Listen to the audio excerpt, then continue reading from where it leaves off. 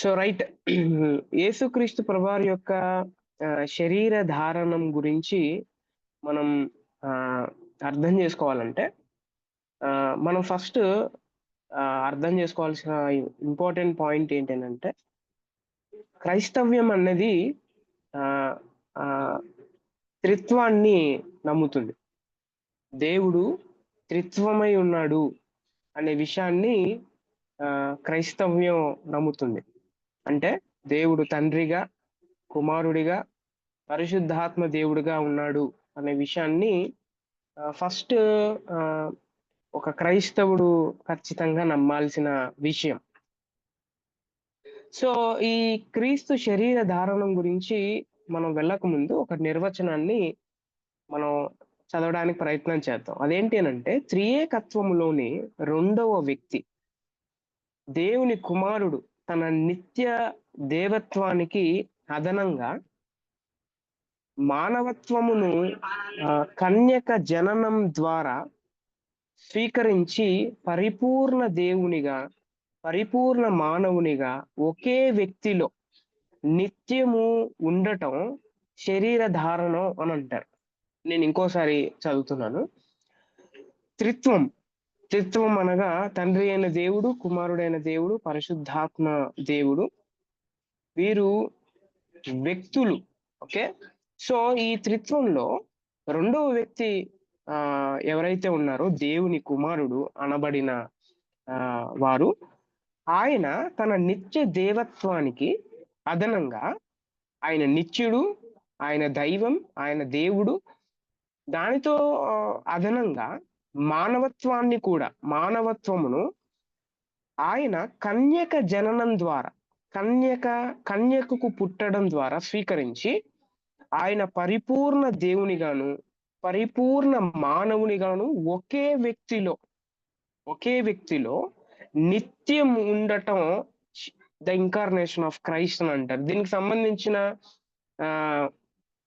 రుజువులు మనం యోహాను సువార్త 1వ అధ్యాయం 14వ వచనంలో మనం చూడొచ్చు. ఫిలిప్పీలకు రాసిన పత్రిక 2వ అధ్యాయం 7వ వచనం నుంచి 8వ వచనం వరకు చదివితే మనకు అర్థమవుతుంది. అలాగే మొదటి తిమోతి 3:16లో కూడా మనం ఈ విషయాన్ని చూడడానికి మనం ప్రయత్నం చేయొచ్చు. అయితే ఈ శరీర ధారణం అంటే దేవుడు మానవునిగా రావడానికి దానికి సంబంధించిన ప్రవచనాలు కొన్ని ఉన్నాయి. ప్రవచనం, ప్రాఫెసీ అని అంటారు. సో ఏంటి ఆ ప్రవచనాలు అని అంటే, మొట్టమొదటిది యేసు దైవ మానవుడిగా ఉంటాడనే ప్రవచనం. ఓకే. యేసుక్రీస్తు ప్రభువారు దేవుడు అలాగే మానవుడు, ఈ రెండు వ్యక్తిత్వాలు ఒకే వ్యక్తిలో మనం చూడొచ్చు. రైట్. దైవ మానవుడిగా ఉంటాడు అనే ప్రవచనం మనం యెషయా గ్రంథం 9వ అధ్యాయం 6వ వచనంలో, అలాగే 7వ అధ్యాయం 14వ వచనంలో ఈ రెండు ప్రవచనాల్ని మనం చూడొచ్చు. మన అందరికి తెలుసు, ప్రతి క్రిస్మస్ టైంలో ఈ రెండు వచనాల్ని మనం ఎప్పుడూ చదువుతూ ఉంటాం. అయితే ఒకసారి మనం మనసు పెట్టి దాన్ని వ్యాఖ్యానం చేస్తే, ఏలా అనగా మనకు శిశువు పుట్టెను. ఇది శిశువు పుట్టెను అనే ఈ మాట ఏమైతే ఉందో, ఇది క్రీస్తు యొక్క అంటే యేసుక్రీస్తు ప్రభువారి యొక్క మానవత్వాన్ని గురించిన మాట. మనకు శిశువు పుట్టెను, మానవత్వాన్ని గురించిన మాట ఇది. మనకు కుమారుడు అనుగ్రహింపబడెను. ఓకే. ఇది క్రీస్తు దేవత్వాన్ని గురించిన మాట. ఓకే. మనకు శిశువు పుట్టెను, మనకు కుమారుడు పుట్టెను. శిశువు అన్న కుమారుడు అన్న ఒకటే కదా. అదేంటది? రెండు ఒకటే? నో, అలా కాదు. ఓకే. ఫస్ట్ ఏమో మానవత్వాన్ని గురించి మాట్లాడుతా ఉన్నారు, రెండోదేమో దైవత్వాన్ని గురించి మాట్లాడే వచనం ఇది. అలాగే ఇంకొక విషయం కూడా ఉంది అందులోనే. మరియు అదే వచనంలో బలవంతుడైన దేవుడు అనే మాటను మనం చూస్తాం. బలవంతుడైన దేవుడు అనే ఈ పదబంధం, బలవంతుడైన ప్లస్ దేవుడు, రైట్. ఈ పదబంధం ఏమైతే ఉందో ఇది స్పష్టంగా మనకు తెలియజేసేది ఏంటి అనంటే క్రీస్తు దేవుడని తెలియజేస్తుంది. ఓకే. క్రీస్తు ఎవరు అనంటే, యేసు ప్రభు ఎవరంటే హీ ఈజ్ గాడ్, బలవంతుడైన దేవుడు అని తెలియజేస్తుంది. దాంతో పాటు ఇంకొకటి కూడా ఉంది. ఏంటి అని అంటే నిత్యుడగు తండ్రి. ఓకే, నిత్యుడగు తండ్రి అనే ఈ మాట ఇది ఇది దేన్ని సూచిస్తా ఉంది అని అంటే ఇది లక్షణాన్ని గురించి, బిహేవియర్ గురించి, క్యారెక్టర్ గురించి చెప్పే మాట. ఈ లక్షణం దేవునికి వర్తించేదన్నమాట. ఓకే, నిత్యుడగు నిత్యత్వం కలిగిన వాడు అని అర్థం అన్నమాట. నిత్యత్వం కలిగిన తండ్రి అనే ఈ లక్షణం దేవునికి వర్తించేది. ఇంకో మాటలో చెప్పాలంటే అది క్రీస్తులో ఉందంటే ఆయన ఎవరు అనంటే ఆయన దేవుడు అని అర్థం అన్నమాట. కావున ఈ ఒక్క వచనంలోనే యేసు ప్రభు ఎవరు అనంటే క్రీస్తు దైవ మానవుడని చెప్పబడింది. చాలా విషయాలు చూసాం. యెషయా గ్రంథం 9వ అధ్యాయం 6వ వచనంలో మనం ఏలైనగా మనకు శిశువు పుట్టెను, మనకు కుమారుడు అనుగ్రహింప. మొదటిదేమో మానవత్వాన్ని గురించి చెప్పబడే మాట, రెండోదేమో దైవత్వాన్ని గురించి చెప్పబడే మాట. అలాగే ఆయన బలవంతుడైన దేవుడు, నిత్యుడగు తండ్రి, సమాధానకర్త, ఇట్లాంటి విషయాలన్నీ చూస్తాం. బలవంతుడైన దేవుడు అనే ఈ పదబంధం స్పష్టంగా ఆయన దేవుడు అని తెలియజేస్తుంది. నిత్యుడగు తండ్రి ఇది బిహేవియర్ గురించి, క్యారెక్టర్ గురించి, దేవునికి మాత్రమే వర్తించే లక్షణం గురించి చెప్పబడతాంది. సో దీన్ని బట్టి who is Jesus Christ means he is, ఆయన దైవ మానవుడు అని మనం అర్థం చేసుకోవచ్చు. ఇంకో వచనం కూడా అదే యెషయా గ్రంథం 7వ అధ్యాయం 14వ వచనంలో మనం చూడొచ్చు. అదేంటి అనంటే కన్యక గర్భవతి అయి, ఓకే, కన్యక గర్భవతి అయి కుమారుణ్ణి కని, ఓకే, కుమారుణ్ణి కనడం ఇది మానవత్వాన్ని గురించి సూచించే మాట. అది అయిపోయిన తర్వాత ఇంకోటి అతనికి ఇమ్మానుయేలను, ఓకే, అతనికి ఇమ్మానుయేలను, ఇది దేని గురించి చెప్పబడతా ఉంది అనంటే పైనేమో మీరు 9వ అధ్యాయం 6వ వచనంలో రెండవసారి కుమారుడు అని వచ్చింది. ఓకే, అది దైవత్వాన్ని గురించి చెప్తే 7వ అధ్యాయం 14వ వచనంలో కన్యక గర్భవతి కుమారుణ్ణి కనడం అనేది మానవత్వాన్ని సూచిస్తే ఆ ఆ ఆ ఆ ఆ కుమారుడు ఎవరైతే ఉన్నారో, ఆ పుట్టిన శిశువు ఎవరైతే ఉన్నారో ఆయన ఎవరంటే ఆయన ఇమ్మానుయేలు అంట. ఇమ్మానుయేలు అని అంటే మత్తయి సువార్తలో మనం చూడొచ్చు, దేవుడు మనకు తోడు అని ఆయన మత్తయి గారు దానికి రెఫరెన్స్ కూడా, దానికి అర్థం కూడా చెప్తాడు. ఇది దేని గురించి చెప్పబడతా ఉంది అని అంటే ఇది దైవత్వాన్ని గురించి చెప్పబడే మాట. దైవత్వం అంటే కన్యకకు పుట్టిన ఈ బిడ్డ దేవుని తన ప్రజల యొద్దకు తెచ్చునని దీని అర్థం అన్నమాట. సో దీన్ని బట్టి మనకు అర్థమైంది ఏంటి అనంటే హూ ఇస్ జీసస్ క్రైస్ట్, యేసు ప్రభు ఎవరంటే యేసు ప్రభు దైవ మానవుడు అనేది మనకి అర్థమవుతుంది. ఇదే శరీర ధారణ యొక్క ప్రవచనాల్లో రెండవ రెండవ లెసన్ ఏంటి అనంటే యేసు కన్యకకు జన్మించుననే ప్రవచనం. యేసు ప్రభు కన్యకకే జన్మిస్తాడు అని ఒక ప్రవచనం. ఇప్పుడే మనం చదివే యెషయా గ్రంథం 7వ అధ్యాయం 14వ వచనం, అలాగే మత్తయి సువార్త 1వ అధ్యాయం 22, 23 వచనాలు ఇది కంపేర్ చేసి చూడాలన్నమాట. అయితే ఇక్కడ మనం అర్థం చేసుకోవాల్సిన పాయింట్ ఒకటి. ఇప్పుడు ఫర్ ఎగ్జాంపుల్ ఇప్పుడు నేనున్నాను అనుకోండి. సో నేను పుడతానని నేను పుడతానని సో ఎవరైనా చెప్తే అది కూడా నేను ఎలా పుట్టాలో, ఏ విధంగా పుట్టాలో, ఎవరి ద్వారా పుట్టాలో పేర్లు తెలియకోకుండా చెప్పాలన్నమాట. Is it possible? అది అస్సలు అసాధ్యం. అది అసాధ్యం అనేది మనం అర్థం చేసుకోవాలి. అయితే యేసు ప్రభు కన్యకకు పుట్టడమే పెద్ద వింత, పెద్ద ఆశ్చర్యకరం. అది కూడా ఈ కన్యకకు పుడతాడు అని దేవుడు ప్రవచనాల్లో ఎన్ని సంవత్సరాలకు ముందు రాయించాడంటే 700 ఇయర్స్ బిఫోర్, 700 సంవత్సరాల క్రిందటనే ప్రవక్త అయిన యెషయా ద్వారా యేసు ప్రభు కన్యకకు పుడతాడని ప్రవచించడం జరిగింది. సో ఎవరైతే బైబిల్ని నమ్మేవారు ఉన్నారో, ఎవరైతే బైబిల్ని నమ్ముతారో వారు ఈ మాటను కాదనలేరు. ఓకే, ఎవరు ఈ మాటను కాదనలేరు. సో ఇంకో విషయాన్ని మనం అందరం అర్థం చేసుకోవాల్సింది ఏంటి అనంటే ఎవరైతే బైబిల్ని నమ్మి అంటే బైబిల్ పట్టుకొని సువార్త చేస్తూ లేకపోతే అది చేస్తూ ఇది చేస్తూ ఈ మాటను ఎవరైతే నమ్మరో, యేసు ప్రభు కన్యకకు పుట్టలేదు అని ఎవరైతే నమ్మరో వారు క్రైస్తవులు కాదు అనే విషయాన్ని మనం అర్థం చేసుకోవాలి. They are not Christians. Okay.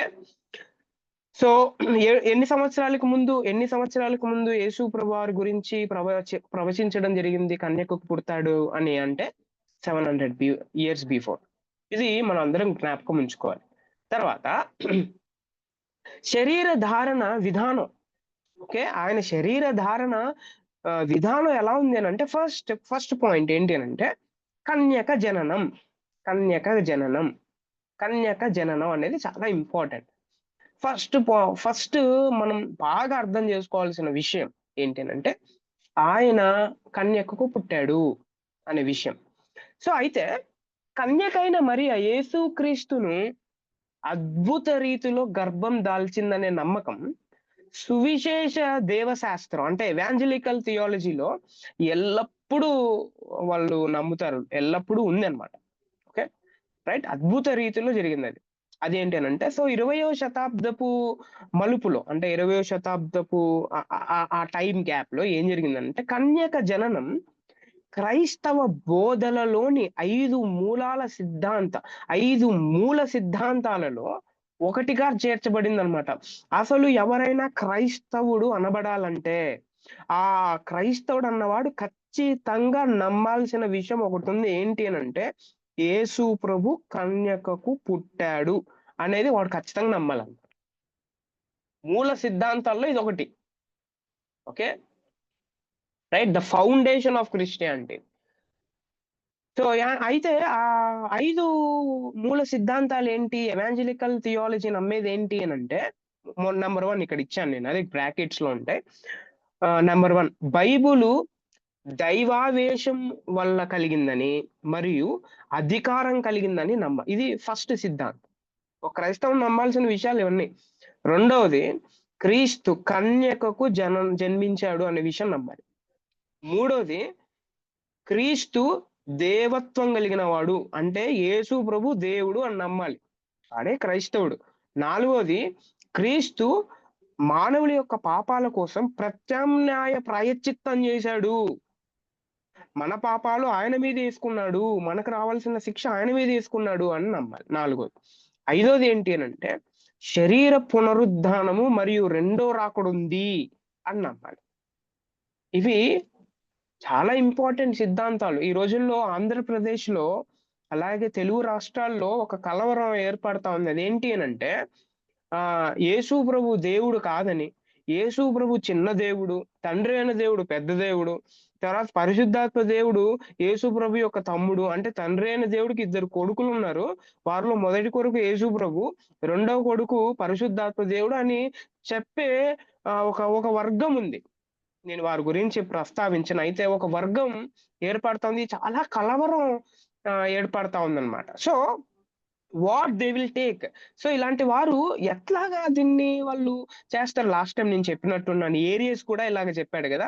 There was a time where there is no Christ అని చెప్పడానికి ప్రయత్నం చేశారు వాళ్ళందరూ. So right. సో దాంట్లో నుంచి ఏరియనిజం వచ్చింది. యెహోవా సాక్షులు గూడా అదే నమ్ముతారు. ఇది ప్రమాదకరమైన బోధ. దీన్ని నమ్మకూడదని లాస్ట్ టైమ్ మనం విన్నాం. సో, సో మనం అర్థం చేసుకోవాల్సింది ఏంటి అనంటే, యేసు ప్రభు దేవుడు అని మనం నమ్మాలి. రైట్. దాని గురించి నేను ద ప్రీ ఎగ్జిస్టెన్స్ అండ్ యేసు ప్రభు ఈ లోకానికి రాకముందు ఆయన ఎట్లాంటి దేవత్వం కలిగి ఉన్నాడో, ఆయన పరిస్థితి ఏంటి, ఆయన స్థితి ఏంటి, ఆయన ఎలా ఉండేవాడు అనేది లాస్ట్ క్లాస్‌లో మనం విన్నాం.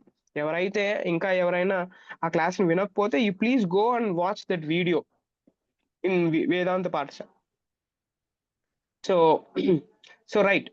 సో వీటి కొరకు మన సువిశేష పితరులు ఎవరైతే ఉన్నారో, ఓకే, ఎవాంజలికల్ ఫోర్ ఫాదర్స్ అన్నారు. మన పితరులంతా దీనికోసమే పోరాడారు. మన పితరులంతా రైట్. ఒక్కొక్క విషయాన్ని చర్చించడానికి వారికి 100 సంవత్సరాలు లేక 300 సంవత్సరాలు 200 సంవత్సరాలు పట్టింది. ఇది కొత్తగా వచ్చిన విషయం కాదు. ఈ రోజుల్లో వచ్చిన కొత్త విషయం కాదు. ఎప్పుడో ఉండిందన్నమాట. ఓకే. మన పితరులంతా పోరాడారు. అందరూ పోరాడి ఏం చేశారంటే ఒక నిర్ధారణకు వచ్చేసారు. ఏంటి అనంటే యేసు ప్రభు దేవుడు. యేసు ప్రభు త్రిత్వంలో రెండవ వ్యక్తి. తండ్రి అయిన దేవుడు, కుమారుడైన దేవుడు, పరిశుద్ధాత్మ దేవుడు. ఈ వ్యక్తులు ఎవరైతే ఉన్నారో ఒకడు ఎక్కువ, ఒకడు తక్కువ కాదు. అందరూ ఈక్వల్ కానీ ఒక్క దేవుడుగా మనకు ఆయన దర్శనం ఇస్తాడు. బైబిల్లో ఉన్న దేవుడు ఒక్క దేవుడు, త్రిత్వమై ఉన్నాడు అనే విషయాన్ని మన ఫాదర్ చెప్పడం జరిగింది. రైట్. సో కాబట్టి క్రీస్తు కన్యక జనమును అంటే ఈ జననం గురించి మాటి మాటికి తృణీకరించడం జరిగిందనమాట. చాలా మంది తృణీకరించారు. ఓకే. ఉదారవాదులు అంటే లిబరల్స్, లేకపోతే అసాధారణమైనవి నమ్మరు వారు. ఓకే. లిబరల్స్ ఎవరైతే ఉన్నారో వాళ్ళు అసాధారణమైన ఇది ఎట్లా సాధ్యం, వాళ్ళు అట్లా క్వశ్చన్స్ మీద క్వశ్చన్స్ వేస్తారు గనుక పై చెప్పబడిన బోధలన్నీ వారు అంగీకరించలే. ఓకే. వారు ఎవరైతే ఉన్నారో వారు అంగీకరించలేదు. కాబట్టి సంఘ ప్రారంభము నుంచి దీనిని అంగీకరించి క్రైస్తవ గొప్ప విశ్వాస ప్రమాణములై అపోస్తలుల విశ్వాస ప్రమాణం లేకపోతే అథనేషియస్ విశ్వాస ప్రమాణం అన్నది ఏర్పడింది.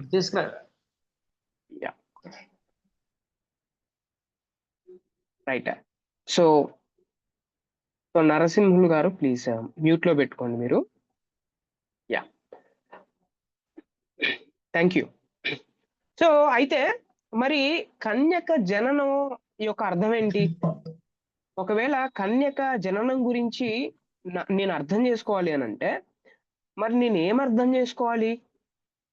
ఫస్ట్ ఎలా అర్థం చేసుకోవడానికి మనం ప్రయత్నం చేద్దాం అని అంటే ఫస్ట్ ఏమి కాదు దాని గురించి మనం విందాం. అసలు కన్యక జననం అంటే ఏమి కాదు అని అంటే 3 విషయాలు ఉన్నాయి దాంట్లో. కన్యక జననం కంటే ఇవి కావు. ఏంటి అని అంటే ఫస్ట్ వన్, రోమన్ క్యాథలిక్స్ ఎవరైతే ఉన్నారో మరియ మూల పాపం లేకోకుండా పుట్టింది, అసలు మరియలో పాపమే లేదు అని చెప్పే ఒక స్వచ్ఛ గర్భాధారణ కాదు అది. నాట్ ఏంటి conception of Mary. Okay. So ఇది అంటే మరియలో ఎట్లాంటి పాపపు స్వభావం లేదు. సో కాబట్టి అది స్వచ్ఛమైన గర్భాధారణ అని ఇది కాదు. రైట్. ఇంకోటి ఏంటి అని అంటే యేసు జన్మించిన విధానం అద్భుతమైనదని కాదు. ఓకే. ఎందుకనగా గర్భాధారణ అసాధారణం. ఎందుకనంటే కన్యక అసలు గర్భాధారణ అవ్వడమే చాలా గొప్ప సంగతి అది. ఓకే. ఇది అసాధారణం, కానీ జననం సాధారణమైంది. కన్యక గర్భాధారణ చెందడం అనేది అసాధారణం అయితే మామూలు ఎలాగైతే పిల్లలు పుడతారో అలాగే యేసుక్రీస్తు కూడా పుట్టాడు, సాధారణం. ఓకే. అది కూడా కాదు. చాలా మంది ఇలా నమ్ముతారనమాట. ఓకే. అది అసాధారణం, ఇది సాధారణం అని చెప్తా ఉంటారు. మూడోది ఏంటి అంటే ఇస్సాకు బాప్తిసమిచ్చే యోహాను జననం వంటిది కాదు. ఓకే. పాత నిబంధనలో ఇస్సాకు జననం అలాగే బాప్తిసమిచ్చే యోహాను జననం వంటిది కాదు. యేసుక్రీస్తు ప్రభువారు పుట్టిన విధానం కన్యక జననం అంటే అది కాదు.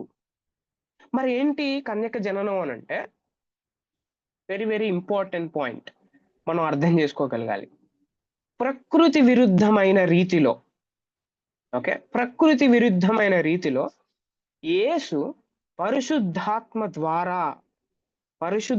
ద్వారా కన్య మరియ గర్భములో గర్భాధారణ అగుట. ఓకే. పరిశుద్ధాత్ముడు ప్రత్యేక రీతిలో జీవశాస్త్ర అద్భుతం చేశాడు. ఆయన యేసు యొక్క మానవ స్వభావాన్ని గర్భాధారణ నుండే పవిత్రపరచి పాపపు మాలిన్యం అంటకుండా కాపాడాడు. దిస్ ఈజ్ వాట్ కన్యక జననం అని అంటే. ఇంకొకసారి, ప్రకృతి విరుద్ధమైన రీతిలో యేసు పరిశుద్ధాత్మ ద్వారా కన్య మరియ గర్భములో గర్భాధారణ అగుట. పరిశుద్ధాత్ముడు ప్రత్యేక రీతిలో జీవశాస్త్ర అద్భుతం చేశాడు.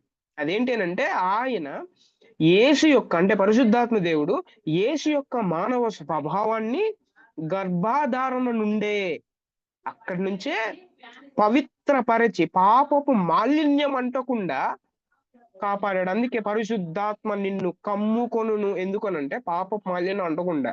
He helped. Right. So this is what ఏంటి అని అంటే కన్యక జననం అని అంటే. దానికి లేఖనాలు ఏంటి? దాని లేఖనాలు పాత నిబంధన లేఖనాలు రుజువులు ఉన్నాయి. ఏంటంటే ద యాంటిసిపేషన్ ఆర్ ఎక్స్పెక్టేషన్ అనే విషయం మనం ఆదికాండం 3వ అధ్యాయం 15వ వచనంలో, ఇర్మియా గ్రంథం 22:30 మరియు అలాగే 2 సమూయేలు 7వ అధ్యాయం 11వ వచనం నుంచి మనం చూడొచ్చు. అలాగే యెషయా గ్రంథం 7వ అధ్యాయం 14వ వచనం ఆ విషయం కూడా మనం అర్థం చేసుకోవచ్చు, రైట్? దీని గురించి మనం ఇంకా డీటెయిల్ గా వినడానికి ప్రయత్నం చేద్దాం. ఆదికాండం 3వ అధ్యాయం 15వ వచనం మనందరికి తెలుసు. మనందరం ఎక్కువ సార్లు మనం చదువుతూ ఉంటాం. స్త్రీ సంతానము అని అక్కడ చెప్పబడింది, మనందరికి తెలుసు. ఓకే, సో ఆనాటి ఓకే పితృ స్వామ్య సంస్కృతిలో అంటే అంటే male domination, okay, male domination, patriarchy అని అంటారు. మేల్ డామినేషన్ ఉన్న రోజుల్లో తండ్రి వంశావళి ప్రధానం, మనందరికి తెలుసు. తండ్రి వంశావళి ప్రధానం. అది ఎక్కడంటే ఆదికాండం 5వ అధ్యాయంలో మనం చూడొచ్చు. అక్కడ ఏ స్త్రీ పేరు ఉండదన్నమాట, అన్ని పురుషుల పేర్లే ఉంటాయి. ఓకే, ఆదాము, తర్వాత ఏబేలు, లేకపోతే కయ్యూన్, ఇలా ఇలా వరుసగా ఉంటాయి అన్నమాట. షేతు, రైట్? సో అయితే 3వ అధ్యాయంలో సడన్ గా, సో అయితే ఇంకొకసారి మీరు గమనిస్తే మత్తయి ఇచ్చిన వంశావళి కూడా, మత్తయి సువార్త 1వ అధ్యాయంలో ఉన్న వంశావళి కూడా యేసు చట్టబద్ధ తండ్రి అయిన అంటే యోసేపు ద్వారా వచ్చింది, మనందరికి తెలుసు. అక్కడ కూడా మేల్ నేమ్స్ అన్ని చూస్తాం. అయితే మెస్సియాకు సహజ తండ్రి ఉండడు, అది మనం గుర్తుపెట్టుకోవాలి. ఆయన ఎలా పుడతాడు మనం ఇప్పుడే చదివాం, కన్యకు పుడతాడు కాబట్టి. సో ఆయన కన్యకకు పుట్టునని సూచించడం ఈ వచనంలో ఎక్కడున్నది? యేసు ప్రభు ఏమో మత్తయి సువార్త అక్కడ ఆయన మానవుల యొక్క పాపాల కోసం జన్మించడం జరిగితే, ఈ వచనం గురించి ఎక్కడ రాయబడింది అని అంటే ఆదికాండం 3వ అధ్యాయం 15వ వచనంలో దేవుడు ప్రవచనంగా చెప్పడం జరిగింది, స్త్రీ సంతానం.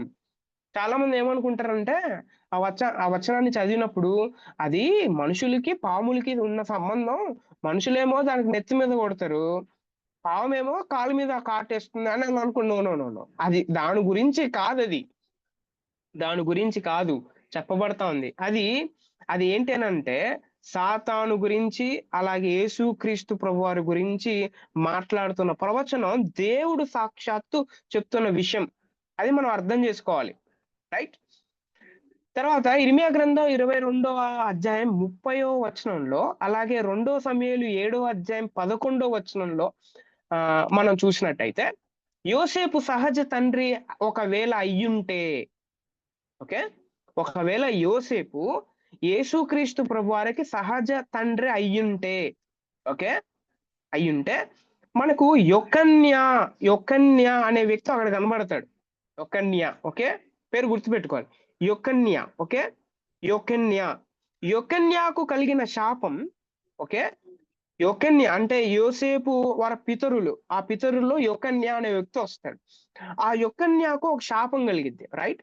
కలిగిన ఆ శాపం యేసుపై కూడా ఉండేది. ఒకవేళ యోసేపు యేసుక్రీస్తు ప్రభువారిని సహజంగా కని ఉంటే, రైట్, జరిగేది. కానీ యొకన్యాకు కలిగిన ఆ శాపం తరతరాల అలా రాలేదు, ఓకే. కానీ దావీదు వంశంలో నుండి యేసుక్రీస్తు రావాలి గనుక మరియ కన్యక ద్వారా, ఓకే, మరియ ద్వారా యేసు పుట్టుట ద్వారా యొకన్య శాపం తప్పించుకొని, ఓకే, యొకన్య శాపం యేసుక్రీస్తు ప్రభువారి మీద రాకుండా దావీదు కుమారుడుగా సింహాసనానికి వారసుడు అవుతాడనమాట. ఓకే, ఇదంతా యేసు కన్యకకు పుట్టాడు అన్నది మనకు తెలియజేస్తుంది. మీరు ఇంటికి వెళ్ళిన తర్వాత ఇర్మియా గ్రంథం 22వ అధ్యాయం 30వ వచనం, అలాగే 2 సమూయేలు 7వ అధ్యాయం 11వ వచనం మీరు పక్కన పెట్టుకొని చదవడానికి ప్రయత్నం చేయండి.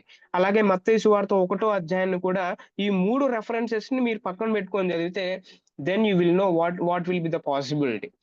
సో మూడోది ఏంటి అంటే యెషయా 7వ అధ్యాయం 14వ వచనంలో హెబ్రీ భాషలో, రైట్, ఇది చాలా ఇంపార్టెంట్. హెబ్రీ భాషలో యెషయా, ఓకే, హెబ్రీ భాషలో యెషయా అల్మా, ఓకే, హెబ్రీ భాషలో, హీబ్రూ భాషలో యెషయా గారు అల్మా అనే పదాన్ని ఉపయోగించాడు. ఏం పదం? అల్మా. ఓకే, ఆల్మా. ఓకే, ఇది గుర్తుపెట్టుకోవాలి. అల్మా అనే పదాన్ని ఉపయోగించాడు. ఆ మాటకు దానికి అర్థం ఏంటి అనంటే యుక్త వయసుకు వచ్చిన స్త్రీ, వివాహ వయసుకు వచ్చిన స్త్రీ అని అర్థం. ఓకే, ఏం పదం అది? యెషయా గ్రంథంలో వాడబడింది ఆల్మా. ఈ పదం గుర్తుపెట్టుకోవాలి. దానికి అర్థం ఏంటి? యుక్త వయసుకు వచ్చిన స్త్రీ, లేకపోతే వివాహ వయసుకు వచ్చిన స్త్రీ అని అర్థం. అయితే హెబ్రీ భాషలో ఇంకొక పదం కూడా ఉంది. ఇంకొక పదం కూడా ఉంది. అదేంటి అనంటే బెతులా. బెతులా అనే పదం అన్నమాట. బెతులా అనంటే బెతులా అంటే కన్యక అని అర్థం అన్నమాట. రైట్? అల్మా తర్వాత బెతులా. ఈ 2 పదాలకి అర్థాలు ఏంటి అనంటే ఒకటేమో యుక్త వయసుకు వచ్చిన స్త్రీ, వివాహ వయసుకు వచ్చిన స్త్రీ అని అర్థం. ఓకే, రెండోదేమో బెతులా. బెతులా అంటే ఏంటి? కన్యక. కన్యక అని అర్థం. రైట్? సో ఇప్పుడు ఆల్మా తర్వాత బెతులా, ఈ 2 పదాలని మనం అర్థం చేసుకోవడానికి ప్రయత్నం చేయాలి. కన్యక జననం నమ్మని ఉదారవాదులు ఏమంటారంటే, ఎవరైతే కన్యక జననం లేదు అదంతా పెద్ద అబద్ధం అని ఎవరైతే నమ్ముతా ఉంటారో వారు ఏమంటారంటే, యెషయా దృష్టిలో పవిత్రమైన కన్యక, పవిత్రమైన కన్యక అనే అర్థం ఉంటే, పవిత్రమైన కన్యక అనే అర్థం ఉంటే ఆయన బెతులా అనే సాంకేతిక పదం వాడి ఉండేవాడు.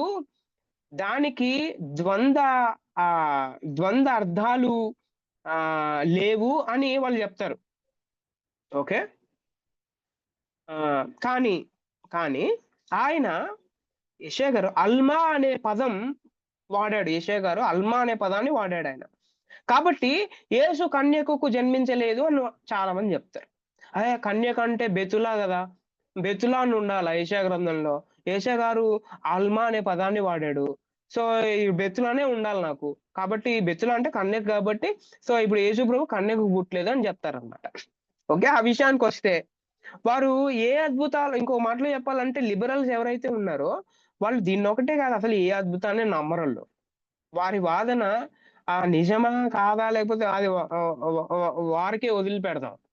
ఇప్పుడు దాని గురించి చర్చించడానికి ప్రయత్నం చేద్దాం. నంబర్ 1 ఏంటి అనంటే అల్మా అనే ఈ పదం, అల్మా అనే ఈ పదం కన్యక అని తర్జుమా చేయబడాలి. ఓకే, పాత నిబంధనలో అల్మా అనే ఈ పదం చెడిపోయినట్లుగా ఎక్కడా మనకు కనబడదు. ఓకే, చెడిపోయినట్లుగా ఎక్కడా మనకు కనబడదు. పైగా బెతులా అనే ఈ పదం, ఓకే, బెతుల కన్యక, ఓకే, బెతులా అనే ఈ పదం వివాహితులకు, చెడిపోయిన వారికి కూడా ఉపయోగించబడింది. Please understand your honour. Okay, ఇంకొకసారి నా వాయిస్ అందరికి వినబడుతుందా? నా వాయిస్ వినబడుతుందా అందరికి? యా. సో ఇంకొకసారి చాలా జాగ్రత్త, చాలా సున్నితమైన సెన్సిటివ్ పాయింట్ అన్నమాట. రైట్? సో యెషయా గారు 2 పదాలని వాడారు. ఒకటి ఏంటి అనంటే ఆల్మా అంటే యుక్త వయసుకు వచ్చిన స్త్రీ, వివాహానికి వచ్చిన స్త్రీ అని అర్థం. ఇంకొక పదం కూడా ఉంది. అదేంటంటే బెతులా అంటే కన్యక అని అర్థం. అయితే ఇప్పుడు యెషయా గారు బెతులా అనే పదాన్ని వాడలేదు, కన్యక అనే పదాన్ని అల్మా అనే పదాన్ని వాడాడు. సో దీన్ని చూసారా? మీ బైబిల్లోనే బెతులా అనే పదాన్ని వాడలేదు, కాబట్టి యేసుక్రీస్తు ప్రభువారు కన్యకకు పుట్టలేదు అని చాలా మంది చెప్తారు. రైట్? అయితే యువర్ ఆనర్ ఏంటి అనంటే మ్యాటర్ అల్మా అనే పదం కన్యక అని మామూలుగా తర్జుమా చేయబడాలి. పాత నిబంధనలో అల్మా అనే పదం చెడిపోయినట్లుగా ఎక్కడా కనబడదు. పైగా బెతులా అనే ఈ పదం ఏదైతే ఉందో ఇది వివాహితుల కోసం, చెడిపోయిన వారి కోసం కూడా చాలా సార్లు వాడబడింది. రెఫరెన్సెస్ ఏంటి అనంటే ఎస్తేరు 2వ అధ్యాయం 17వ వచనం, యెహెజ్కేలు 23వ అధ్యాయం 3వ వచనం, యోవేలు 1వ అధ్యాయం 8వ వచనం. ఈ రెఫరెన్సెస్ అన్ని చూస్తే బెతులా అనే పదము అక్కడ వాడబడింది. ఓకే, చెడిపోయిన వారి కోసం, వివాహితుల కోసం అక్కడ బెతులా అని వాడబడింది. If you have transliteration Bible ఒకవేళ మీతో ఉంటే, హీబ్రూ బైబిల్ మీరు డౌన్‌లోడ్ చేసుకొని, దాంట్లో మీరు చూడండి, అక్కడ బెతులా అని ఉపయోగించబడిందా? అల్వా అని ఉపయోగించబడిందా? ఈ రెఫరెన్సెస్‌ని మీరు చూసుకొని ఏం చేయాలంటే టెస్ట్ చేసుకోవచ్చు. బెతులా అనగా కన్యక అనే అర్థం సాధారణంగా ఉన్నా కూడా ప్రతిసారి మాత్రం కాదు.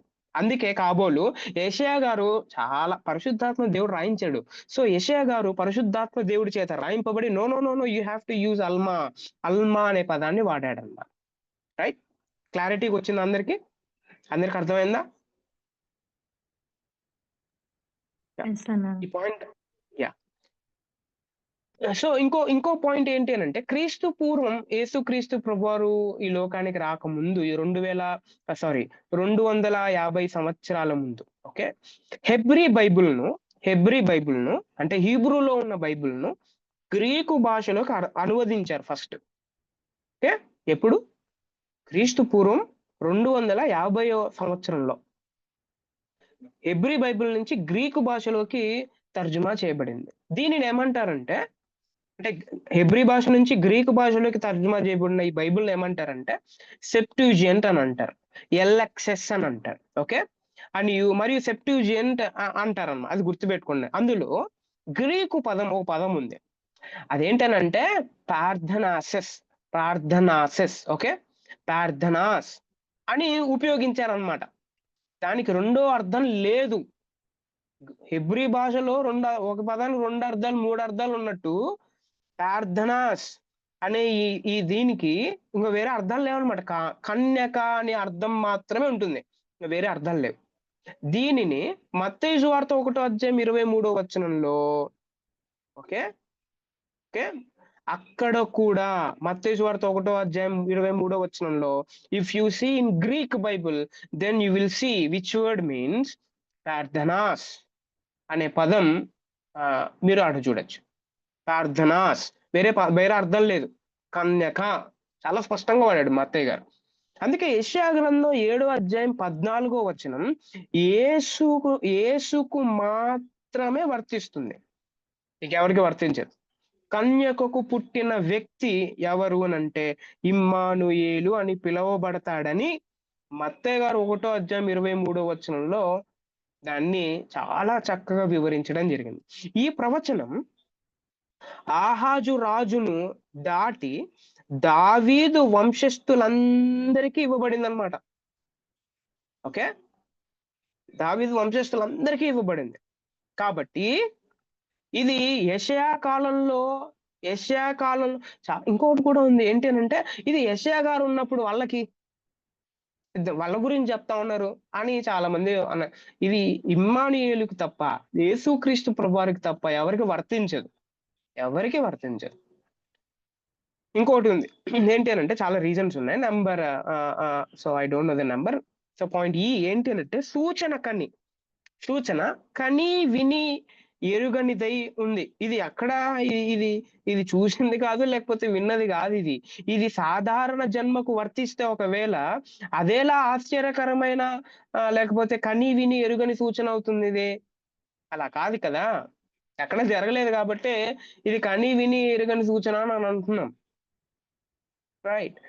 ఇంకోటేంటనంటే సందర్భము యెషయా గ్రంథం 7 అధ్యాయం 11 అధ్యాయం వరకు మీరు చూస్తే, అలాగే మీకా గ్రంథం 5 అధ్యాయం 2 వచనం మీరు చూస్తే మెస్సయ్యను మాత్రమే సూచిస్తుంది. యెషయా గ్రంథం 7 అధ్యాయం నుంచి 11 అధ్యాయాల వరకు. అలాగే మీకా గ్రంథం 5 అధ్యాయం 2 వచనం. అలాగే యెషయా గ్రంథం 8 అధ్యాయం 8 వచనం, 9 అధ్యాయం 6 వచనం, 11 అధ్యాయం మొదటి 5 వచనాలు ఎవరి గురించానంటే యేసు ప్రభు గురించి, మెస్సియా గురించి ఇవన్నీ, ఈ ప్రవచనాలన్నీ. ఈ విషయాన్ని మనం అర్థం చేసుకోవాలి. ఎప్పుడైనా మనం యెషయా గ్రంథం 7 అధ్యాయం నుంచి 11 అధ్యాయాల వరకు మనం చదువుతున్నప్పుడు, ఇది దేవుడు నాకు ఈ వాగ్దానం చేశాడు అని పప్పులో కాలేసే ప్రమాదాలు చాలా ఉంటాయి. ఓకే. సో, కాబట్టి ఇ ఇది ఎవరి గురించి అనేది మనం అదే మనం ఇంటర్ప్రిటేషన్స్‌లో మనం విన్నాం. ఓకే. ఎలాగ ఇంటర్ప్రిటేషన్ చేయాలో, ఎలాగ అన్వయించుకోవాలో మనం విన్నామన్నమాట. సో, కాబట్టి చాలా జాగ్రత్తగా చదవడానికి ప్రయత్నం చేయాలి. ఓకే. లాస్ట్ పాయింట్, పాత నిబంధనలో రుజువులు మనం చూస్తూ ఉన్నాం. అదేంటనంటే యెషయా గ్రంథం 7 అధ్యాయం 14 వచనంలో ఓకే. మహేర్ షలాల్ షబ్బా అదేంటి హష్బష్కు అని యేసుకు కూడా వర్తింపజేసే ఒక సాధారణ జన్మ, ఇంకొకరు అసాధారణ జన్మ కలిగిన వారు. ఒకే వచనం కన్యకకు పుట్టాడని, కన్యకకు పుట్టలేదని ఎలా చెప్తుంది? కొంతమంది ఏమంటారంటే, సో యెషయా గ్రంథం 7 అధ్యాయం 14 వచనం యేసుకు కూడా వర్తింపజేసే, యేసుకు కూడా అంటే అర్థం ఏంటి? ముందు ఒకరున్నారా? అలా కాదనమాట. కన్యకకు పుట్టాడని, కన్యకకు పుడతాడని, ఈ 2 విషయాల్ని ఒక ఒక ఒక ఒక విషయాన్ని మనం కంపేర్ చేయాలంటే ఎలా కంపేర్ చేయగలం? అలా సాధ్యమవుతుందా? నో. ఇది ఒక్కరి గురించే అవుతుంది కదా! ఇద్దరు వ్యక్తుల గురించి కాదు కదా! ఈ విషయాన్ని మనం చాలా జాగ్రత్తగా మనం అర్థం చేసుకోవాలి. ఇవి పాత నిబంధనలోని రుజువులనమాట. పాత నిబంధనలోని రుజువులు. అందరికీ అర్థమైందా పాత నిబంధనలోని రుజువులు? కన్యక జననం అంటే? యెస్ అన్నా. యాహ్! సో, ఇప్పుడు కొత్త నిబంధనలోని రుజువులు. కొత్త నిబంధనలో రుజువులు చూద్దాం. కొత్త నిబంధన అంటే వెంటనే మనకు మత్తయి సువార్త గుర్తొస్తుంది. మత్తయి సువార్త 1 అధ్యాయం 16 వచనం, 18 వచనం, 19, 20, 22, 25. సో, దీని గురించి మనం అర్థం చేసుకోగలిగితే ఆమె యందు, ఎవరి యందు?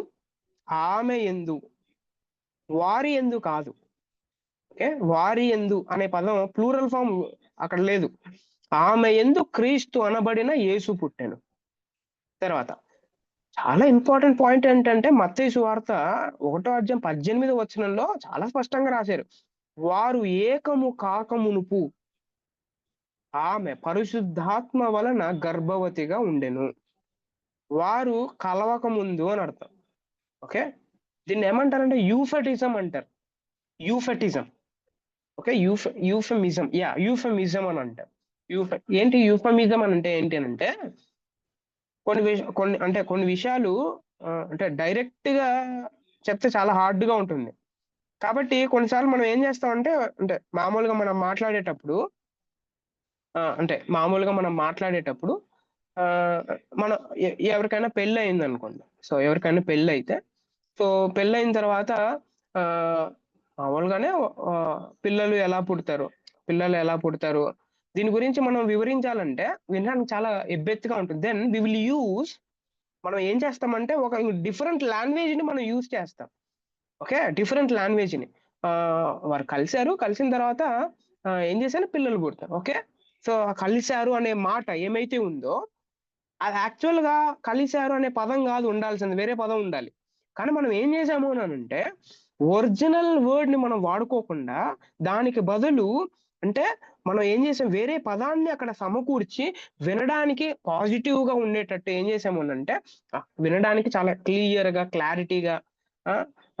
ఎబ్బెత్తుగా లేకోకుండా మనం దాన్ని సెంటెన్స్ ఫార్మేషన్ చేసాం. దాన్ని యూఫెమిజం అని అంటాం. ఓకే. సో, మత్తయ్య గారు గూడా యూఫెమిజం బైబిల్‌లో యూఫెమిజాలు చాలా ఉన్నాయన్నమాట. డైరెక్ట్‌గా వాడాల్సిన పదాలు అలా వాడుకోకుండా ఆహ్, కొన్ని ఏం చేశాడు అనంటే, ఏకము కాకమునుపు ఆ! సో, ఇట్లాంటి విషయాలు రాసిచ్చు బైబిల్‌లో చాలా ఉంటున్నాయి. అది మనం చాలా జాగ్రత్తగా గమనించాలి. మరియ వారేకము కాకమునుపు సో, దీన్ని బట్టి మనందరికి అర్థమయ్యేది ఏంటి అనంటే, యోసేపు గారు యేసు ప్రభువారి యొక్క సహజ తండ్రి కాదు. మొదటి అధ్యాయం 19, 20 వచనాలు చదివితే, మరియ గర్భాధారణలో ఈ అసలు యోసేపు ప్రమేయమే లేదు. ఓకే. యోసేపు ప్రమేయమే లేదు అనే విషయం మనందరికి అర్థమవుతుంది. 22వ వచనంలో అక్కడ చూస్తే మత్తయి గారు రాస్తారు. కన్యక గర్భవతి అయి అనే ఈ ప్రవచనం నెరవేర్చబడింది అని రాస్తాడన్నమాట ఆయన. అంటే మరియ ఎవరిప్పుడు? హూ ఈజ్ మరియ అనంటే మరియ కన్యక. 25 వచనంలో చూస్తే ఆమె కుమారుణ్ణి కని కనువరకు ఓకే. ఆమె కుమారుణ్ణి కనువరకు మళ్ళీ యూఫెమిజం. ఆ! ఆమెను ఎరుగకుండా అంటే అర్థం మన భాషలో ఎరుగకుండానంటే తెలీదని అర్థమా? ఏంటి అర్థం ఏంటి? ఏంటి అర్థం ఏంటి మీరే చెప్పాలి. ఏంటి అర్థం ఏంటి? ఎరుగకుండెను అనంటే? ఉన్నారా? ఉన్నారా? అందరూ ఉన్నారా? Are you there? ఎరుగకుండెను అని అంటే ఏంటి, అర్థం ఏంటి? ఎరుగకుండెను అని అంటే, ఎరుగకుండెను అని అంటే ఎనీబడి ప్లీజ్ రెస్పాండ్. ఎరుగకుండెను అని అంటే తెలియదని అర్థమా? తెలీదని. అంటే ఏమి తెలియకుండా. మన మన భాషలో అదే ఎరుగకుండెను అంటే తెలియదు అంటే, మరీ తెలియదా ఇప్పుడు యూసేఫ్ గారికి? తెలియకోకుండానే బెత్లెహేం పిలుచుకొని పోయాడా? అంటే అంటే మామూలుగా అక్కడ ఆ, అది మామూలుగా మనం అర్థం చేసుకుంటే ఎరుగకుండెను అని అంటే తెలియదు అని అర్థం. కానీ నో నో నో, ఓకే, ఎరుగకుండెనంటే వారు ఏకం కాలేదు, వారు కలవలేదు అని అర్థం అన్నమాట. బిడ్డ జన్మించేంత వరకు, ఆమె కుమారుణ్ణి కను వరకు ఆమెను ఎరుగకుండెను. బిడ్డ జన్మించేంత వరకు మరియ కన్యకే. ఈ విషయాన్ని మనం అర్థం చేసుకోవాలి. లూకాసు వార్త 1:27 గ్రీకు భాషలో ఇప్పుడే చెప్పా. గ్రీకు భాషలో కన్యకకు ఏ పదం వాడారు? ప్రార్థనాస్ అనే పదాన్ని వాడారు. అదే లూకాసు వార్త చాలా రెఫరెన్సెస్ ఇచ్చాను ఆల్రెడీ. మీ దగ్గర ఫైల్ ఉంది, నేను సెండ్ చేశాను గ్రూప్ లో. మీరు సో దాన్ని చదివితే అర్థమవుతుంది అన్నమాట ఈ రెఫరెన్సెస్ అన్ని. సో ఈ లూకాసు వార్త, యోహాను సువార్త, రోమీలకు రాసిన పత్రిక 5వ అధ్యాయం, తర్వాత మొదటి కొరింథీ 15వ అధ్యాయం 47వ వచనం, రైట్. సో గలతీయులకు రాసిన పత్రిక 4వ అధ్యాయం, ఆదికాండం 3వ అధ్యాయం 15వ వచనం ఇప్పుడు చదివినట్టు. సో ఇవన్నీ తెలియజేసేది ఏంటి అని అంటే, యేసు ప్రభువు కన్యకకు జన్మించాడు అనే విషయం చాలా స్పష్టంగా ఒక సత్యాన్ని మనందరికి తెలియజేస్తుంది. What wonderful references. మీరు క్లాస్ అయిపోయిన తర్వాత మీరు ఒకవేళ వీలుంటే ఈ వీక్ లో లేకపోతే ఎప్పుడైనా మీకు వీలుంటే ఆ ఫైల్ ని జిరాక్స్ చేపించుకొని మీరు అందరూ చదవవలసిందిగా మనవి చేస్తున్నాను. సో అయితే కన్యక జననం యొక్క ప్రాముఖ్యత ఏంటి? అంత ఇంపార్టెన్సా, దాని గురించి తెలుసుకోవాల్సినంత ఇంపార్టెన్సా అని ఒకవేళ మనం ప్రశ్న వేసుకుంటే, ఇది లేఖనాల బోధ గనుక, ఇది లేఖనాలు బోధిస్తున్నాయి కాబట్టి దీన్ని నమ్మాలి. బైబిల్ నమ్మదగినదని, ఓకే, బైబిల్ నమ్మదగినది అనే ఈ బోధకు కన్యక జననం చాలా చాలా ప్రాముఖ్యం. మనకు ఎలాంటి క్రీస్తు ఉన్నాడు? సాధారణ క్రీస్తా, అసాధారణ క్రీస్తా అనే విషయాన్ని కన్యక జననం నిర్ధారణ చేస్తుంది. ఓకే, మనం నమ్మే ఈ యేసయ్య అసాధారణమైన వ్యక్తి, సాధారణమైన వ్యక్తి కాదు, రైట్. సో కన్యక జననమును బట్టి యోసేపు ద్వారా గాని మరియ ద్వారా గాని దేవుడు తన కుమారునికి, మళ్ళీ దేవుడు కుమారుడు అంటే మీరు వెంటనే పుట్టినోడు అని అనుకోద్దండి, ఓకే, పుట్టిన విషయం కాదు. మీరు హోమోగినస్ అనే విషయం ఈ యోహాను సువార్తలో వాడబడింది అనమాట. ఓకే, హోమోగినస్ అని అంటే తండ్రి అయిన దేవుడికి ఎలాంటి స్వభావం ఉందో, ఓకే, తండ్రి అయిన దేవుడు ఎలాగే ఎటర్నల్లో, తండ్రి అయిన దేవుడు ఎలాగైతే ఆయన స్వయంభవుడో అలాంటి, ఓకే, అలాగే ఈయన కూడా. అంటే ఇప్పుడు దేవుడు కుమారుడు అనేది పేరు కాదు, దేవుడు కుమారుడు అనేది టైటిల్ అన్నమాట, టైటిల్, ఓకే, టైటిల్. సో తన కుమారునికి పాపమంటకుండా చేసి ఆయన మానవ విమోచనకర్తగా ఆ ఆయన మాత్రమే అర్హుడని తెలియజేసే విషయం అన్నమాట కన్యక జననం. సో చరిత్రాత్మకంగా హిస్టారికల్ గా మనం చూస్తే ఈ విషయం ఏమైతే ఉందో క్రైస్తవ విశ్వాసంలో చాలా చాలా చాలా చాలా ప్రధానం. ఒకవేళ మరియ కన్యక కానట్లయితే, ఆమె అక్రమ సంబంధం ద్వారా యేసుకు జన్మనిచ్చింటే, ఓకే, దెన్ మనం ఈ విశ్వాసం, ప్రభుని నమ్మడం, ఆరాధన చేయడం అంతా వ్యర్థం. ఆనాడైనా నేడైనా ఈ మాటలు వినడానికి వికృతంగా ఉన్నాయి కదా. సో కాబట్టి మత్తయ్య గారు, లూకా గారు ఆమెను భక్తి పరురాలుగా, ప్రార్థనా పరురాలుగా, పవిత్రమైన దైవ సేవకురాలిగా వర్ణించారు. ఎందుకు వర్ణించారు? మరియ గురించి అంత ఫోకస్ చేసి మత్తయ్య గారు, లూకా గారు ఎందుకు రాయించారు అని అంటే, మనకున్న ఈ యేసయ్య అసాధారణమైన వ్యక్తి, ఆమె పవిత్రాలు, భక్తి పరురాలు, ప్రార్థన పరురాలు అని ప్రూవ్ చేయడానికి. ఇంకో విషయం లూకా గారు ఓ మాట అంటాడు, దయాప్రాప్తురాలు అనే విషయం రాస్తాడు. అని ఇంకొకటి ఏంటనంటే లూకా గారు రాసేది, స్త్రీలలో నీవు ఆశీర్వదింపబడిన దానవు అని లూకా గారు చెప్తారు ఆమె గురించి. ఆమె ఎవరు అంటే ఆమె పవిత్ర మూర్తి, రైట్? ఒక నూతన వ్యక్తిని ఉనికిలోనికి తీసుకొని రావాలంటే సహజ సిద్ధ సంతాన ఉత్పత్తి అనే ప్రక్రియ ద్వారానే అది జరగాలి. కానీ యేసు మాత్రం అలా జరగలేదు. యేసు మాత్రం అలా జరగలేదు, రైట్? మీరు ఏ చర్చికి వెళ్ళినా క్రీస్తు శాస్త్ర పునాది ఏంటి అనంటే కన్యక జన్మ. సాధారణంగా అద్భుతాలు నమ్మేవారే యేసు కన్యక జననాన్ని నమ్ముతారు. ఈ బోధన నమ్మని వారు ఎవరైతే ఉంటారో వారు దీన్ని నమ్మరన్నమాట. ఓకే. సో కాబట్టి కన్యక జన్మ గురించి మనం అర్థం చేసుకోవాలి. కన్యక జననం చాలా చాలా ఇంపార్టెంట్. యేసుక్రీస్తు ప్రభువారు ఈ లోకానికి రావడానికి చాలా ఉద్దేశాలు ఉన్నాయి. ఓకే. దాని శరీర ధారణలో ఉద్దేశాలు మనం వినడానికి ప్రయత్నం చేద్దాం. చాలా ఉద్దేశాలు ఉన్నాయి.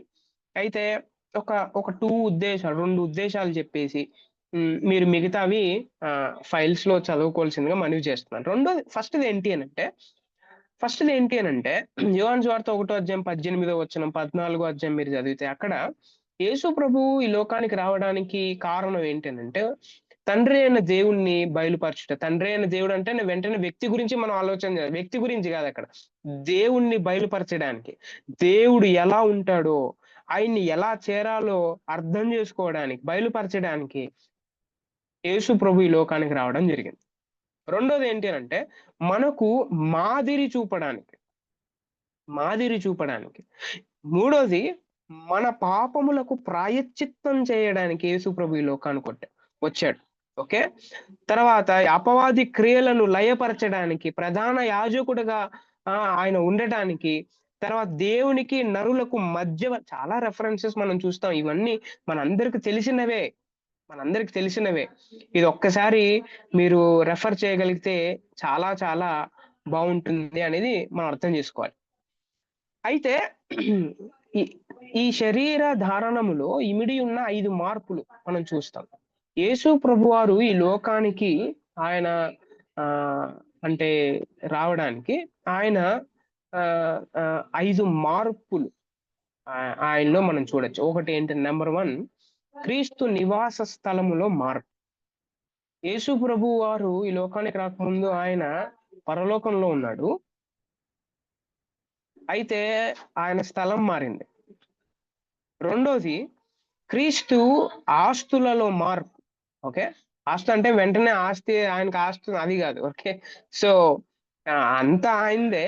అయితే ఆయన అలా ఉండేవాడు, అంత ధనవంతుడు. ఓకే. అసలు ఆయన గురించి మనం వర్ణించలేము. కానీ మనందరి కోసం ఆయన అన్ని ఏమీ లేని వాడుగా వచ్చాడు. ఓకే.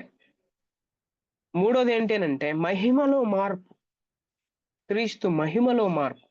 ఎవరూ చూడలేనంత మహిమ తేజో సంపన్నుడుగా ఉన్న ఆయన ఈ లోకానికి మానవునిగా రావడం చాలా ప్రత్యేకం. నాలుగోది స్థాయి, పొజిషన్,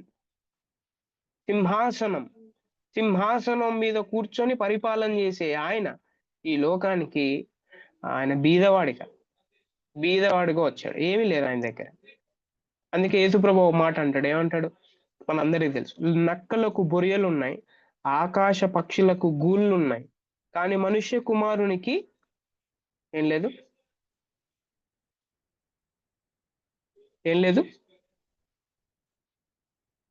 తలవాల్చుకొనుటకు స్థలమైన లేదు.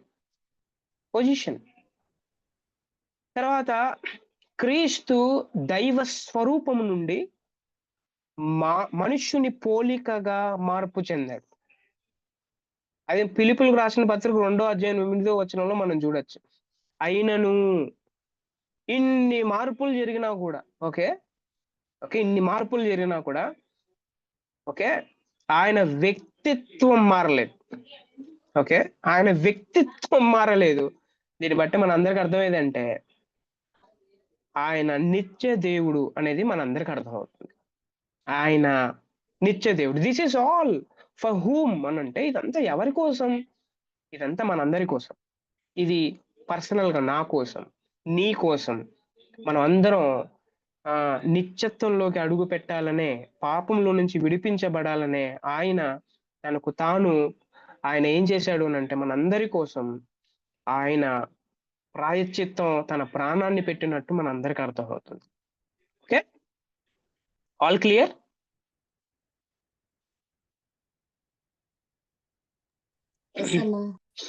యా. సో నెక్స్ట్ ఏంటి? నెక్స్ట్ ఈ క్రీస్తు శాస్త్రంలో చాలా చాలా ఇంపార్టెంట్ విషయం ఏంటి అని ఒకవేళ ఆలోచన చేస్తే, క్రీస్తు దేవత్వం, ద డైటీనెస్ ఆఫ్ క్రైస్ట్, క్రీస్తు ప్రభువారు దేవత్వం అనేది చాలా చాలా ఇంపార్టెంట్. యేసు ప్రభు దేవుడు మాత్రమే చెప్పగలిగిన కొన్ని విషయాలు యేసుక్రీస్తు ప్రభువారు చెప్పాడు. దేవుడు మాత్రమే చెప్తాడు, ఎవడు పడతాడు చెప్పలేడు అనమాట.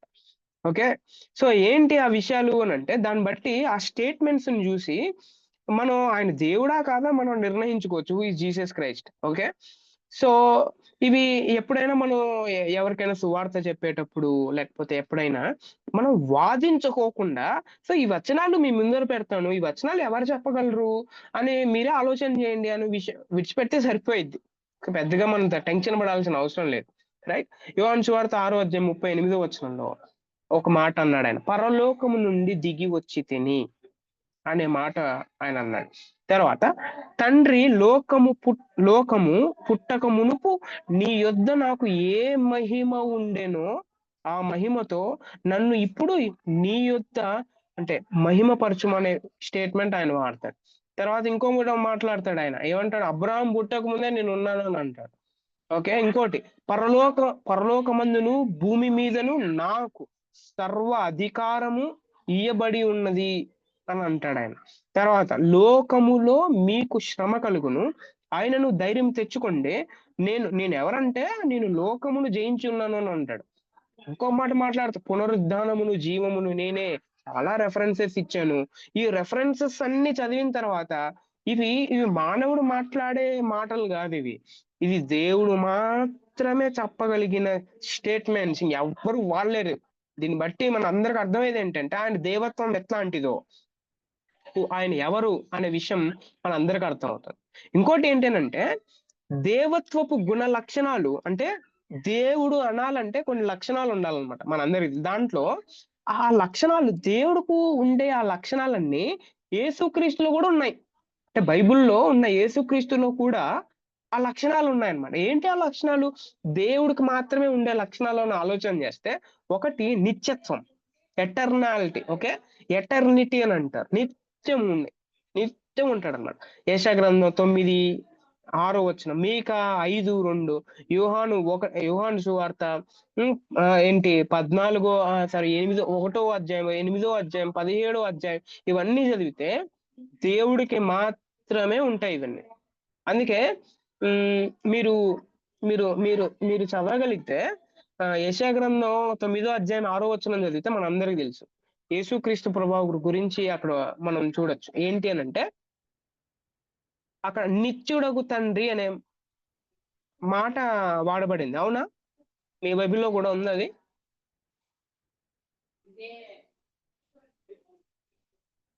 ఉందా? 9 అధ్యాయం 6 యేసుక్రీస్తు ప్రభువారి గురించి ఎవరైనా చదవగలుగుతారా ప్లీజ్? ఎవరైనా చదువుతారా ఆ విషయాన్ని? యెషయా 9:6.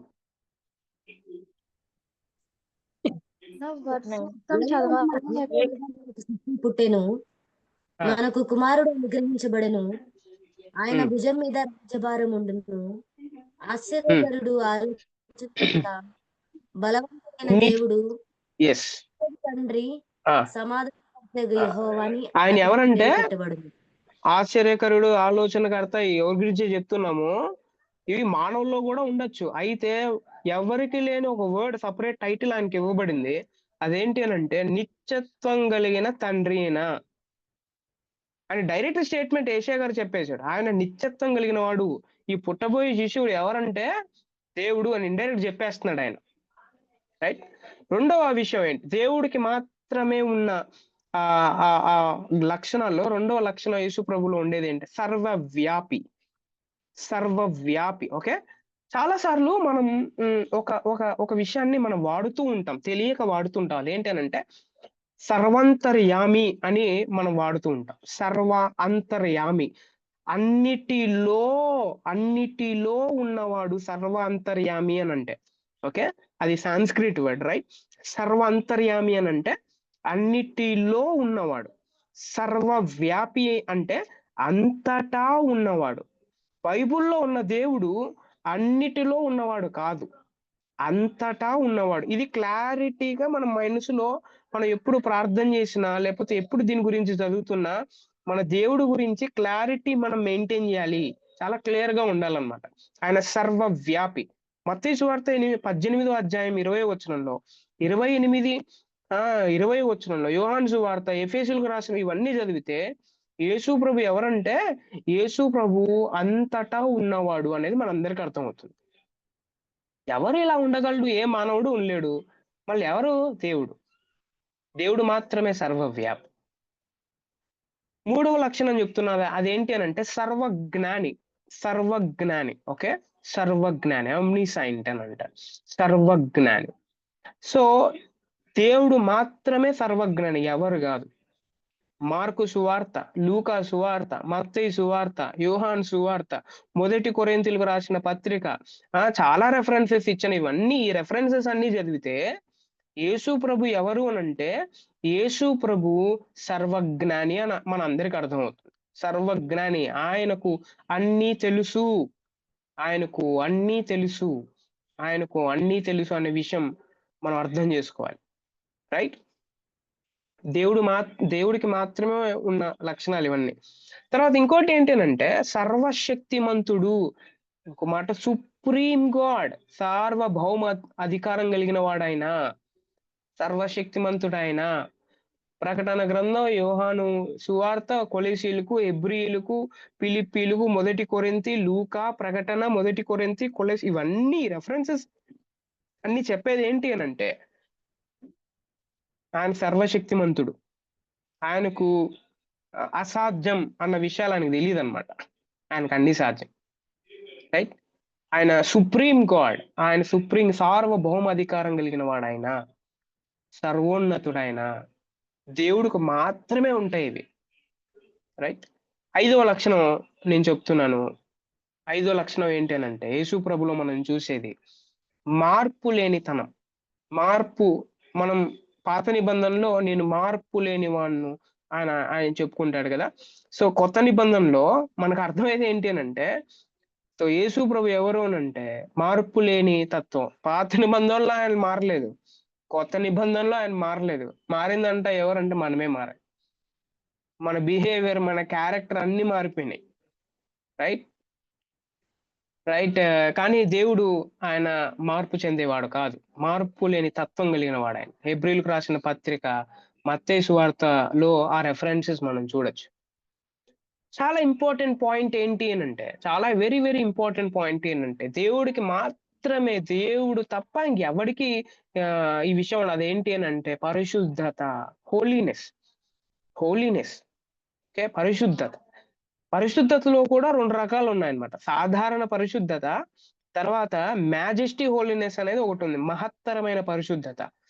సో సాధారణ పరిశుద్ధత అనేది అప్పుడప్పుడు మనం అంటే మంచిగా మాట్లాడడం, మంచిగా ఉండడం, అది సాధారణ పరిశుద్ధత. ఓకే. కానీ దేవుడికి వాడిన పదం ఏంటంటే మ్యాజెస్టీ హోలీనెస్ అనే పదం వాడబడింది బైబిల్లో. అసాధారణమైన పరిశుద్ధత అది. సో మహత్తరమైన పరిశుద్ధత, ఆ పరిశుద్ధత దేవుడికి మాత్రమే ఉంటుంది, ఎవడికి పడితే వాళ్ళు ఉండదన్నమాట. అలాంటి రెఫరెన్సెస్ అన్ని ప్రకటన, లూకా, 2 కొరింథీ, హెబ్రీ, మొదటి పేతురు, యోహాను, మొదటి యోహాను, ఈ రెఫరెన్సెస్ అన్ని మనం చెప్పేది ఏంటంటే యేసు ప్రభు ఎవరు అని అంటే యేసు ప్రభు పరిశుద్ధుడు. మీరు ఇంకొక విషయాన్ని కూడా చాలా స్పష్టంగా గమనించాలి ఏంటంటే దేవుడు పరిశుద్ధుడు అనే ఈ మాట ఏమైతే ఉందో ఏ గ్రంథాలలో కూడా లేదు. ఓకే, ఏ గ్రంథాల్లో కూడా కూడా రాయబడలేదు అన్నమాట. రైట్, దేవుడికి యేసు ప్రభువుకు మాత్రమే వాడబడింది. 7వ లక్షణం, దేవుడికి మాత్రమే ఉన్న లక్షణం సత్యం. ఆయన సత్యం, హీస్ ట్రూత్. యోహాను సువార్త, ఎఫెసీయులకు రాసిన పత్రిక, ప్రకటన గ్రంథం, ఇవన్నీ చెప్పేది ఏంటంటే ఆయన సత్యం, హీఈస్ ఓన్లీ ద ట్రూత్. దేవుడికి మాత్రమే ఉన్న లక్షణాలు. ఈ లక్షణాలన్నీ మనం మనం మనం బైబిల్లో చూస్తే యేసు ప్రభు వారికి ఉన్నట్టు మన అందరికీ అర్థమవుతుంది. యేసు ప్రభు వారికి లక్షణాలు ఉన్నాయి. ఈ లక్షణాలన్నీ ఏ మానవుడికి ఉండవు మామూలుగా చెప్పాలంటే. దీన్ని బట్టి యేసు ప్రభు అలాగా మానవుడిగా పుట్టి చాలా ఫేమస్ అయిపోయేసి ఇలాగా ఫాలో నో అలా చెప్పడానికి లేదు. ఇది దేవుడికి మాత్రమే ఉన్న లక్షణాలు. దీన్ని బట్టి మనందరికి అర్థమయ్యేది ఏంటంటే, మనం అర్థం చేసుకోవాల్సింది ఏంటి అంటే, యేసు ప్రభు హీ ఈస్ ద గాడ్, ఆయన దేవుడు అన్న విషయం మనం అర్థం చేసుకోవాలి. రైట్, ఇది లక్షణాల గురించి మనం వినవలసిన విషయం. అయితే దేవునికి ఉన్న హక్కులు, శక్తులు అవి కూడా ఉన్నాయి. అది యేసు ప్రభులో చూస్తాం మనం. అవే దేవుడికి మాత్రమే ఉంటాయి ఈ హక్కులు, శక్తులు. ఎవరికి ఉండవు. ఇంకోటి ఏంటి అంటే, అవి మృతులను లేపుట, చచ్చిపోలను లేపడం. ఎవరు లేపగలడు? ఈ రోజుల్లో అయితే చనిపోయిన వ్యక్తి ఏదో సిపిఆర్ చేసి, లేకపోతే అది చేసి, ఇది చేసి, ఒక 3 అవర్స్ ఏదో 4 అవర్స్ ఉన్న వ్యక్తిని కూడా బ్రతికించేయచ్చు. రైట్, అంటే మన సైన్స్ టెక్నాలజీని బట్టి. అయితే 4 రోజులు చచ్చిపోయి కుళ్ళిపోయిన శవాన్ని ఎవరు లేపుతాడు? ఎవరు లేపడాడు? యేసు ప్రభు లేపాడు. రైట్, ఇవి దేవుడికి మాత్రమే ఉన్న శక్తులు. యేసు ప్రభు ఒక్కసారిగా చేసింది అది అలాంటివి. ఓకే, రెండోది ఏంటి అంటే క్రియలు, ఆయన చేసే పనులు. మీరు యోహాను సువార్త 10వ అధ్యాయం 37 నుంచి 39 వరకు చదివితే, ఆయన దేవుడు మాత్రమే చేయగలిగిన క్రియలు యేసు ప్రభు చేశాడు. ఎవరు చేయలేరు అలాంటి విషయాలు. ఇంకోటి ఏంటంటే మనుషులకు నిత్య జీవం ఇవ్వడం. ఎవరికి సాధ్యం? ఏ మనిషికైనా సాధ్యమా?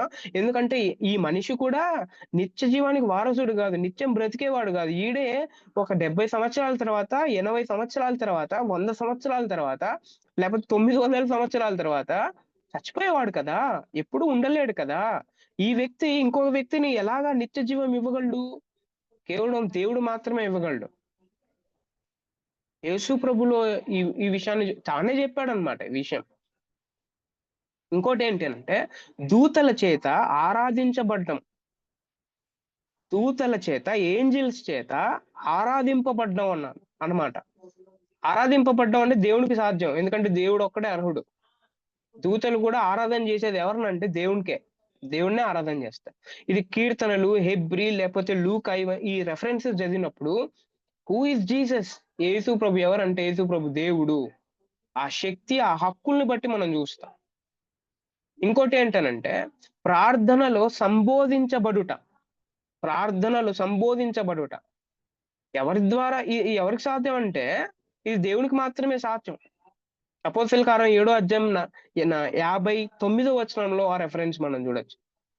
తర్వాత ఆయనకున్న అధికారం కొన్ని సంవత్సరాల వరకే, లేకపోతే దాని తర్వాత అంటే చేంజ్ అట్లా లేదా, నిత్య అధికారం అన్నమాట. అది నిత్యం ఉండే అధికారం, నిత్య అధికారం ఆయనకుంది. తర్వాత ఇంకోటి ఏంటి అంటే విశ్వాసులందరికీ దేహ మార్పు చేసే శక్తి. మహిమా శరీరాలతో లేస్తారు. ఇది ఎవరికి సాధ్యం? దేవుడికి మాత్రమే సాధ్యం. తీర్పు కొరకు మృతులను లేపడం. ఎవరికి సాధ్యమే ఇట్లాంటి శక్తులు, హక్కులు? ఇంకోటి ఏంటంటే ప్రజల చేత ఆరాధింపబడ్డం. దేవుడు ఒక్కడే వీటన్నిటికీ అర్హుడు అన్నమాట. ఇవి యేసు క్రీస్తు ప్రభువారి గురించి చెప్పే రెఫరెన్సెస్. దేవుడు ఒక్కడే ఆరాధనీయుడు. మనుషులు గాని, దూతలు గాని ఆరాధించబడకూడదు. ఇది మన క్లారిటీ, మనం మైండ్ లో ఫిక్స్ కావాలి. ఈ రోజుల్లో చాలా బాధాకరమైన విషయం ఏంటి అంటే క్రిస్టియానిటీలో, క్రైస్తవ్యంలో చాలా దరిద్రమైన చాలా చాలా బాధ పెట్టే ఒక విషయం ఈ రోజుల్లో ఏర్పడింది. అదేంటంటే మనుషుల్ని ఆరాధన చేస్తున్నారు. మనుషుల్ని ఆరాధన చేస్తున్నారు. ఇది చాలా బాధపరిచే విషయం ఇది. క్రీస్తుని మాత్రమే ఆరాధన చేయాల్సిన క్రైస్తవులు వీళ్ళు వీళ్ళు ఏం చేస్తున్నారంటే మనుషుల్ని ఆరాధన చేస్తున్నారు. అంటే ఈ మనిషి లేకపోతే ఆరాధన చేయడానికి దేవుడు కనపడ్డనమాట ఆ సైడ్. ఈ వ్యక్తిలో నుంచే ఆ దేవుడు ఈ వ్యక్తే ఆరాధన చేసేటట్టు చేస్తాడనమాట. అర్థమవుతుంది కదా! వెరీ అసలుకి చాలా బాధాకరమైన విషయం. అయినా యేసు మనుషుల చేత ఆరాధించబడ్డాడు. అది చాలా రెఫరెన్సెస్ నేను ఇచ్చాను. అది మీరు చదవచ్చు. మీరు మీరు చదివితే యేసుక్రీస్తు ప్రభువారు ఉన్న కాలంలోనే యేసుక్రీస్తు ప్రభువారు ఆయన ఉన్నప్పుడే చాలా మంది ఏమంటారంటే యేసు ప్రభు చనిపోయిన తర్వాత ఆరాధన వచ్చింది. అప్పటి నుంచి స్టార్ట్. నో. యేసు ప్రభు ఉన్నప్పుడే జరిగింది. చాలా మంది యేసు ప్రభుని ఆరాధన చేశారు. కనీసం 9 సందర్భాలలో యేసు ప్రభుని అంటే దేవుడి స్థానంలో యేసు ప్రభుని పెట్టి మనుషులు ఆ రోజుల్లో ఉన్న మనుషులు యేసు ప్రభుని ఆరాధన చేశారు. 9 టైమ్స్ మనం చూడొచ్చు రెఫరెన్సెస్ గాస్పల్స్ లో. 9 టైమ్స్. మత్తయి సువార్తలో, మార్కు సువార్తలో, తర్వాత లూకా సువార్త మనం చాలా విషయాలు చూడొచ్చు. ఇంకా చాలా అధికారాలు ఉన్నాయి. పాపాల్ని క్షమించడం, రైట్? పరిశుద్ధాత్మను పంపడం మనందరికీ సహాయకరంగా. ఇవన్నీ ఎవరు చేయగలరు అని అంటే కేవలం దేవుడు మాత్రమే చేయగలడు. రైట్? చాలా సాక్ష్యాలు ఉన్నాయి యేసుక్రీస్తు ప్రభువారి గురించి. తోమా గారు, పేతురు గారు, యోహాను గారు, యూదులు, ప్రధాన యాజకుడు, ఇవన్నీ వీళ్ళందరూ చాలా సాక్ష్యాలు చెప్తారు. తోమా గారు అయితే నా ప్రభువా, నా దేవా అని అంటాడు. పేతురైతే నీవు సజీవుడగు దేవుని కుమారుడైన క్రీస్తువు అని అంటాడు. యోహాను గారు అయితే దేవుడు తన సొంత తండ్రి అని చెప్పి తన్ను దేవునితో సమానముగా, ఓకే, అది యోహాను సువార్త ఏంటి 5వ అధ్యాయం 18వ వచనం, ఐ థింక్ 10వ అధ్యాయం అనుకుంటాను. సో దేవునితో సమానముగా చేసుకొనెను అని రాళ్ళు తీసుకొని రువ్వడానికి వాళ్ళు ప్రయత్నం చేస్తారు. నీవు మనుషుడవై ఉండి 10వ అధ్యాయంలో నీవు మనుషుడవై ఉండి దేవుడని చెప్పుకొనుచున్నావు అని అక్కడ యోహాను సువార్త 10వ అధ్యాయం 33వ వచనంలో చూడొచ్చు. ఓకే, సో ఇట్లా ఈ విషయాలన్నీ చాలా సాక్ష్యాలు ఉన్నాయి. ఈ సాక్ష్యాలన్నీ విన్నప్పుడు, బైబిల్లో ఉన్న సాక్ష్యాలు విన్నప్పుడు యేసు ప్రభు ఎవరంటే యేసు ప్రభు దేవుడు అనే విషయం మనందరికి అర్థమవుతుంది. ఓకే, యేసుక్రీస్తు ప్రభువారి గురించి దేవుడు అనే పదం యేసుక్రీస్తు ప్రభువారికి వాడిన చాలా సందర్భాలు ఉన్నాయి. దేవుడు అన్న పదం వాడిన సందర్భాలు చాలా ఉన్నాయి. చాలా ఉన్నాయి అన్నమాట. యెషయా గ్రంథం 7వ అధ్యాయం 14వ వచనం, 9, 6, యోహాను 1:1, తర్వాత అపోస్తలుల కార్యం 20:28, రోమా 9:5, ఫిలిప్పి 2:6. సో ఈ విషయాలన్నీ మనం చదివినప్పుడు చాలా మంది ప్రశ్నలు అడుగుతా ఉంటారు. అసలు యేసు ప్రభు దేవుడు అని ఎక్కడుంది బైబిల్లో అని చాలా మంది ప్రశ్నలు అడుగుతా ఉంటారు అనమాట. నాకు తెలిసి మీకు కూడా ఎదురై ఉంటారు అలాంటి వాళ్ళు. సో ఎక్కడుంది బైబిల్లో యేసు ప్రభు దేవుడు అని ఎక్కడుంది? ఎక్కడ లేదు అని అంటా ఉంటారు. నో, ఉంది. ఏంటి అని అంటే కొత్త నిబంధనలో చాలా సార్లు వాడబడింది ఆ విషయం. చాలా మంది ఏమంటారు అని అంటే కొత్త నిబంధన కాదు, పాత నిబంధనలో చూపి అని.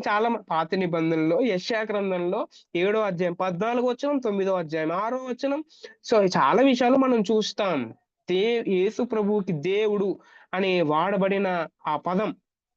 సో దీన్ని బట్టి మన అందరికి అర్థమయ్యేది ఏంటి అని అంటే హూ ఈజ్ జీసస్ క్రైస్ట్, యేసు ప్రభు దేవుడు అన్న విషయం మనందరికి అర్థమవుతుంది. సో ఇప్పుడు చివరిగా యేసు ప్రభు దేవత్వం గురించి నేర్చుకున్నాం మనం. ఓకే, ఇంకా చాలా లెసన్స్ ఉన్నాయి. ఆ లెసన్స్ అన్ని నేను చెప్పట్లేదు. ఫైల్ మీ దగ్గర ఉంది. సో కాబట్టి మీరు జిరాక్స్ చేసుకొని నీట్ గా చదవవలసిందిగా మనవి చేస్తున్నాను. ఎందుకనంటే దానికి చాలా టైం కావాలి. సో నీకు ఫైల్ పంపించాను కాబట్టి మీరు నీట్ గా చదవగలిగితే. కొన్ని తప్పుడు బోధలు కూడా నేను ఇచ్చాను. తప్పుడు బోధలు ఉన్నాయి యేసు ప్రభు గురించి.